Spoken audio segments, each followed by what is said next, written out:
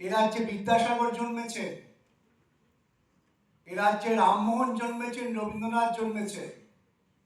সেই রাজ্যে শিক্ষার চাকরি বিক্রি হয়, এটা ভারতবর্ষের সভ্যতা বিরোধী।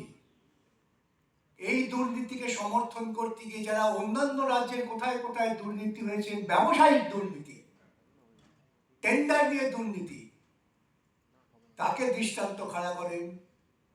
ক্ষমা করবেন, তারাও কিন্তু চিন্তাগত দিক থেকে দুর্নীতিগ্রস্ত।